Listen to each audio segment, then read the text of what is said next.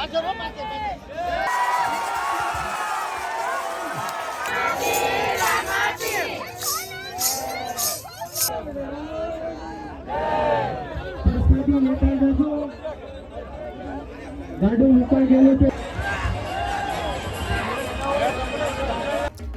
રામદેવ પીર। આ માત્ર અવાજ નથી, આ છે લાખો ભક્તોની આસ્થા। દૂર દૂરથી લોકો અહીં કેમ આવે છે? શું છે આ મંડપનું રહસ્ય? કહેવાય છે અહીં માંગેલી દરેક મન્નત પૂરી થાય છે, અને આજે કંઈક એવું બનવાનું છે જે તમે ક્યારેય નહીં જોયું હોય। જય ગિરનારી, હર હર મહાદેવ। હું છું નિમેશ ચાવડા, અને આજે આપણે પહોંચી ગયા છીએ ઉના તાલુકાના ખાપટ ગામના પ્રખ્યાત રામદેવજી પીરના મંડપમાં।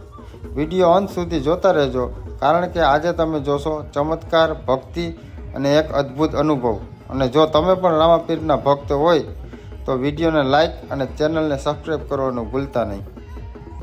મિત્રો, હવે શરૂ થવાની છે સૌથી પવિત્ર ક્ષણ, રામાપીરના સામૈયા। જય રામાપીર। મિત્રો, આ જુઓ ભક્તિની તાકાત।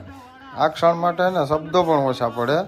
આ માત્ર મંડપ નથી, આ છે એક ઉત્સવ। અહીં દરેક વ્યક્તિ ખુશી અનુભવે છે।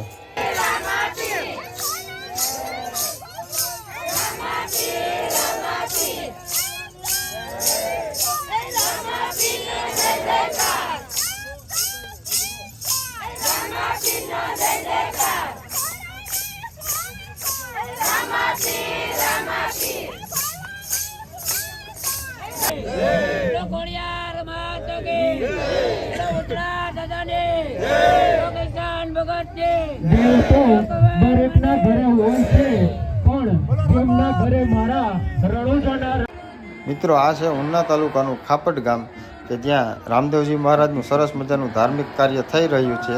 અને તમે જોઈ શકો છો કે પાઠ પણ માંડેલો છે, અને બધા ભક્તો આવીને દર્શન કરીને આશીર્વાદ લઈ રહ્યા છે।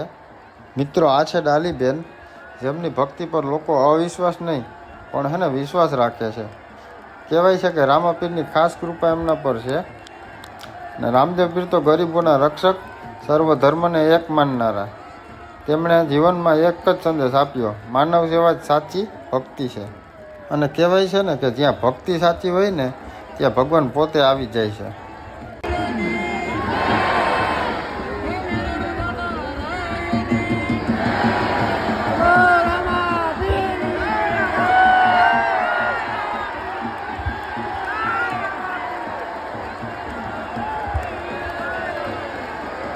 તો મિત્રો, તમે જોઈ શકો છો અત્યારે સવારનો સમય થઈ ગયો છે, અને ખાપટ ગામની અંદર શ્રી રામદેવજી મહારાજ ટૂંક જ સમયમાં પધારવાના હોય, અને ભક્તો જોઈ લ્યો એમના આગમનની રાહ જોઈને બેઠા હોય, અને એ બધા જ ભક્તોના મોઢે એક જ નામ હોય, રામાપીર, રામાપીર, રામાપીર।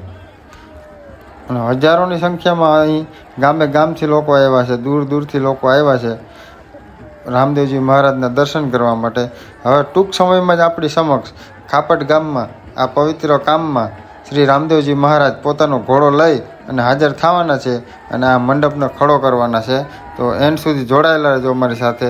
અને હા મિત્રો, તમને પણ જો આ ભક્તિભર્યા વિડીયો ગમતા હોય તો આપણા ચેનલને સબસ્ક્રાઈબ કરી દેજો, અને કોમેન્ટમાં સરસ મજાનું જય રામદેવજી લખી નાખજો।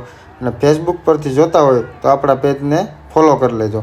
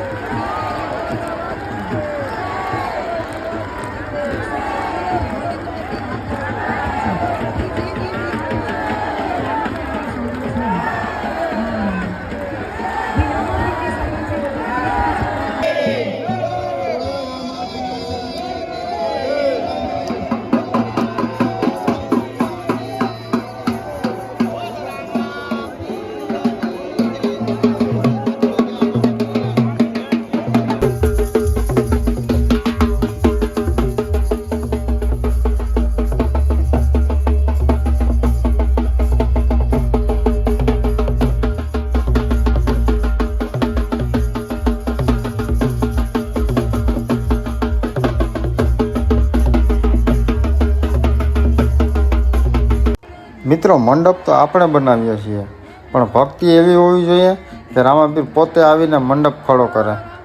લાકડું અને કપડાથી મંડપ બને છે, પણ સાચી શ્રદ્ધાથી એમાં ભગવાનનો વાસ થાય છે અને ત્યારે રામાપીર પોતે મંડપમાં પ્રગટ થાય છે. આ માત્ર મંડપ નથી, આ છે ભક્તિનું સ્થાન. જ્યાં દિલથી નામ લેવાય ત્યાં રામાપીર પોતે હાજર થઈ જાય છે.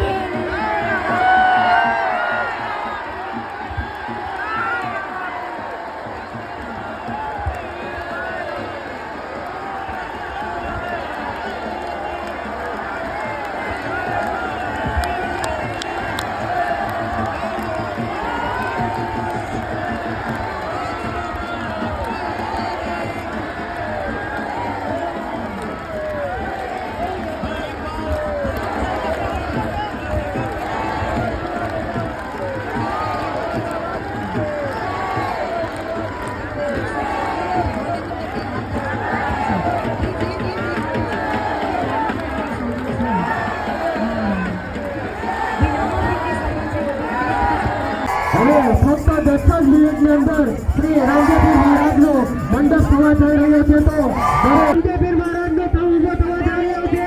જ્યાં સુધી ધજા ફરકાવવામાં ન આવે ત્યાં સુધી કોઈ વ્યક્તિ ચોરી ન ખેંચે. ચોરી ખેંચો, ચોરી ખેંચો, ચોરી ખેંચો.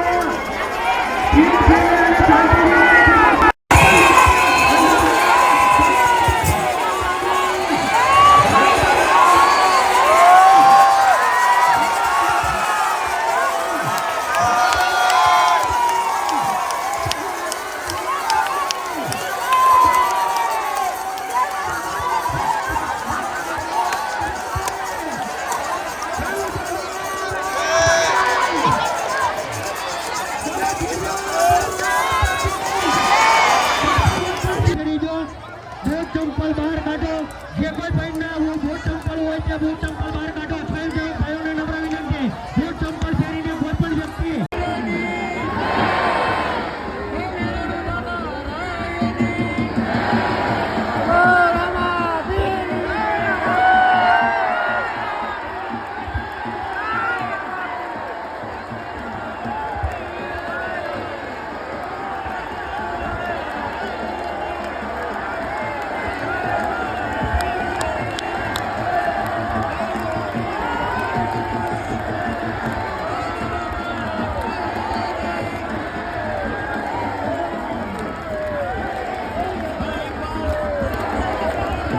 છે. અને ધન્ય છે કિશન ભગતને કે જેને જે આ પ્રણ લીધું હતું કે મારે ખાપટના આંગણે મારે મંડપ કરવો છે. અને આજે એમની જે આશા જે ફળી છે, ખાપટના દરેક વ્યક્તિએ, આજુબાજુના ગામજનોએ પણ સાથ અને સહકાર આપ્યો હતો. આજે કિશન ભગતને પણ ગામના દરેક લોકો ધન્યવાદ આપે છે કે આ જે 30 વર્ષ પછી ખાપટના આંગણે જે સ્તંભ થયો છે, આ દ્વિતીય સ્તંભ છોકરો ખોવાયેલો છે. જે કોઈ પણ હોય તમને બાજુમાંથી લઈ જાય. તમને પહેલા પણ સૂચના કરવામાં આવી હતી કે તમારા છોકરાઓનું ધ્યાન રાખો. જે છોકરો મૂંઝાયેલો છે, ભૂગેલો છે, તો પોતાનું નામ નથી બોલી શકતો. બ્લેક કલરનો ટી-શર્ટ પહેરેલો છે.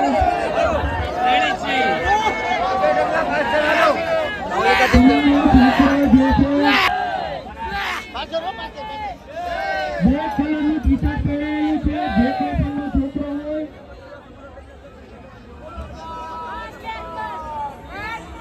અલીગઢનો છોકરો છે, તમે તમારા માતા પિતા જે કોઈ પણ હોય ત્યાં આવી જાય. આ છોકરાને લેવા માટે તમને ખાસ સૂચના કરવા. જે સ્તંભનું કાર્ય છે સરસ મજાનું થયું છે. તો દરેક વ્યક્તિને નમ્ર વિનંતી છે કે વિઘ્ન ન ડાલો. તમે દર્શન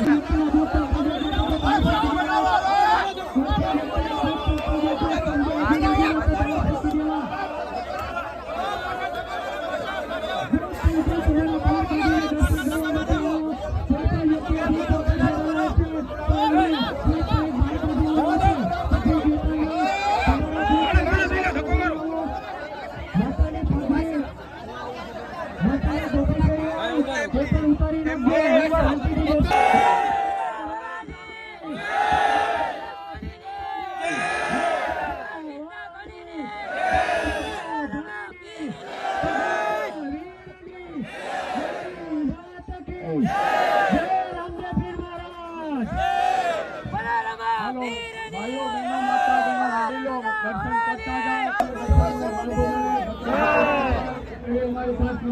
વિનંતી છે ભાઈઓ બહેનોને.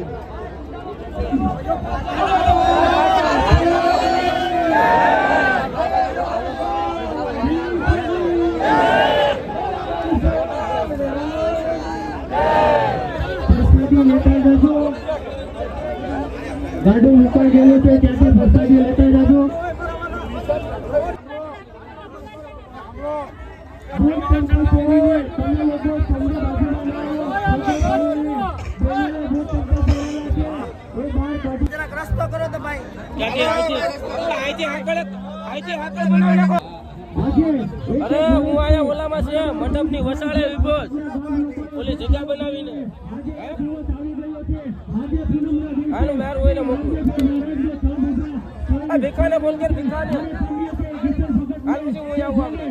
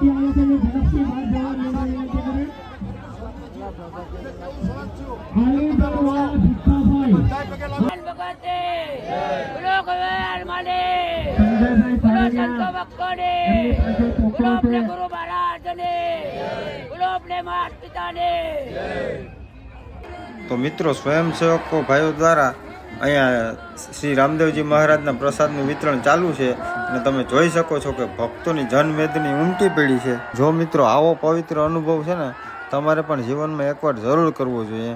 જો તમને આ વિડીયો ગમ્યો હોય તો લાઈક કરો, કોમેન્ટમાં લખો જય રામાપીર અને ચેનલને સબસ્ક્રાઈબ કરવાનું ભૂલતા નહીં. આવો જ અદ્ભુત અને ભક્તિભર્યો બ્લોગ લઈને ફરીથી મળશું. જય ગિરનારી, હર હર મહાદેવ અને જય રામદેવ પીર.